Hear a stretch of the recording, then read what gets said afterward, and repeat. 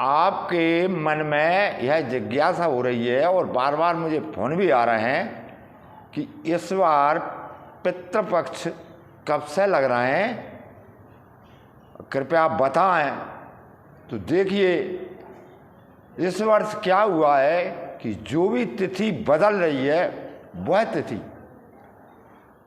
उस तिथि के दोपहर काल से बदलती है, अथवा 9 बजे 10 बजे से दोपहर तक तिथियाँ बदल रही हैं। श्रावण में जो हुआ था वो ऐसे अन्य त्योहारों में भी होने जा रहा है।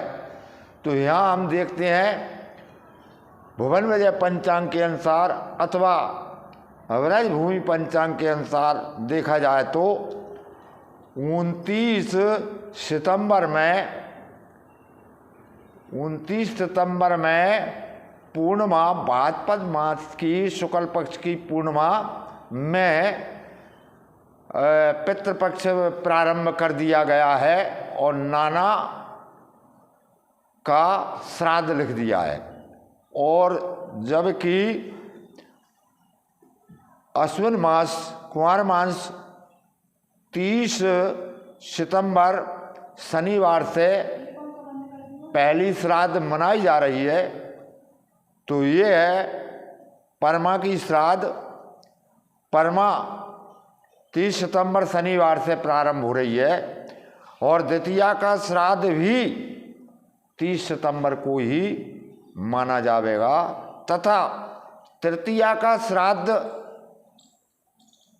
1 अक्टूबर रविवार से प्रारंभ होगा।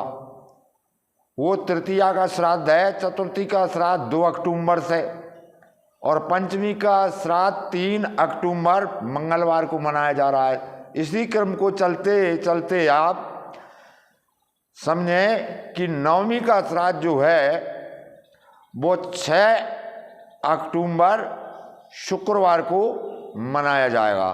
तो नवमी श्राद्ध का एक विशेष महत्व बताया है कि मात्र नवमी वाले दिन स्वागन स्त्री का श्राद्ध किया जाना चाहिए, चाहे वो स्वागन किसी तिथि में भई हो, लेकिन उसका श्राद्ध, महिला का श्राद्ध नवमी की तिथि में ही मानना चाहिए।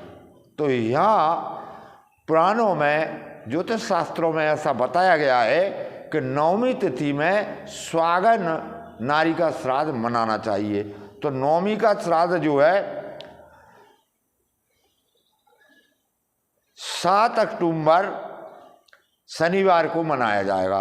और आगे चल के एक जानकारी और है कि चतुर्दशी को श्राद्ध नहीं मनाना चाहिए। चतुर्दशी को उनका श्राद्ध मनाया जाता है जो किसी तरह से युद्ध में अथवा विष से अथवा अग्नि से अथवा अल्प मृत्यु किसी वाहन के टक्कर से हुई है।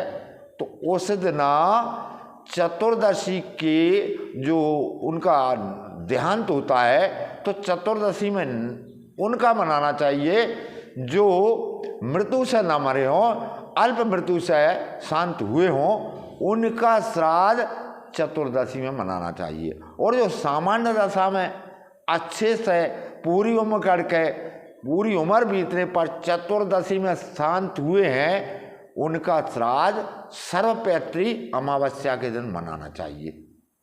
आप समझ गए होंगे मेरी बात को कि जो अल्प मृत्यु से देहांत हुआ है जिनका, वो चतुर्दशी में मनाना चाहिए, 14 में। और जो 14 में शांत हुए, अच्छे से शांत हुए, उनका श्राद्ध अमावस्या में, सर्वपितृ अमावस्या में मनाना चाहिए। तो ये सर्वपितृ अमावस्या को इस तरह से श्राद्ध मनाए तो सबका श्राद्ध हो जाता है उस दिन।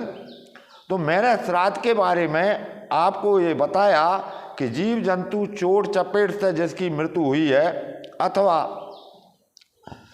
मृत्यु ऐसी सर्प के द्वारा हुई है, अल्प मृत्यु वालों को श्राद्ध चतुर्दशी में ही होता है। तो आप उस दिन अमावस्या वाले दिन तो जो सामान्य मृत्यु हुई है उसका मनाना चाहिए।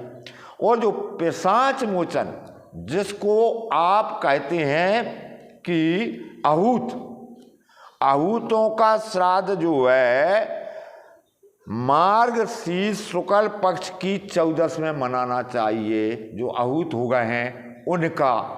तो ऐसे कई एक प्रश्न मेरे पास आए और आपने भी प्रश्न किया, मैंने आपको यह पुराणों के अनुसार जानकारी दी।